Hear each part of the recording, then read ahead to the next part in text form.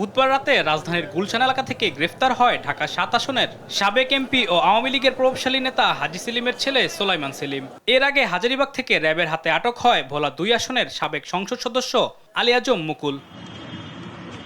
বৃহস্পতিবার সকালে চকবাজার ও মিরপুর থানার হত্যা মামলায় তাদের চিফ মেট্রোপলিটন ম্যাজিস্ট্রেট কোর্টে হাজির করা হয়। এ সময় আদালত চত্বরে নিরাপত্তা জোরদার করে পুলিশ। চকবাজার থানার নাকিব হত্যা মামলার মূল নথি আদালতে না আসায় হাজী সেলিমের ছেলে সোলাইমান সেলিমকে কারাগারে পাঠায় আদালত।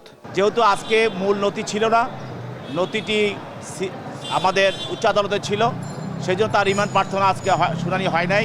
পরবর্তীতে নথিসহ এবং আসামিকে হাজির করে তার রিমান্ডের প্রার্থনার বিষয়টি শুনানি হবে।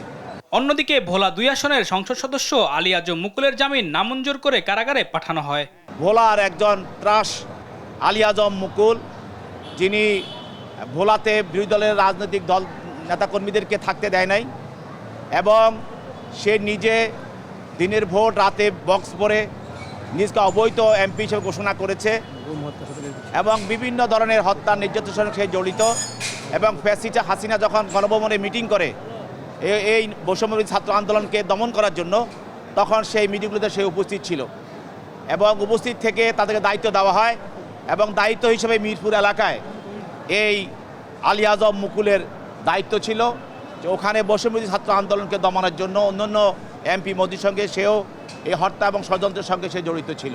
এদিকে রাজনৈতিক কারণে আসামিদের হয়রানি করা হচ্ছে বলে দাবি আসামি পক্ষের আইনজীবীর। এই সোলাইমান সেলিম একজন বিশিষ্ট শিল্পপতি, উনি বিদেশে লেখাপড়া করেছেন আর উনার কাছে দীর্ঘদিন তার ব্যবসায়িক জীবনেও কখনো তার বিরুদ্ধে কোনো জিডিও নাই, তার বিরুদ্ধে কোনো মামলা মোকদ্দমা কোনো কিছু নেই।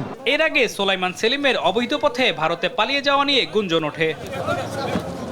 আলিমুজ্জামান সাফওয়ান, দেশ টিভি, ঢাকা।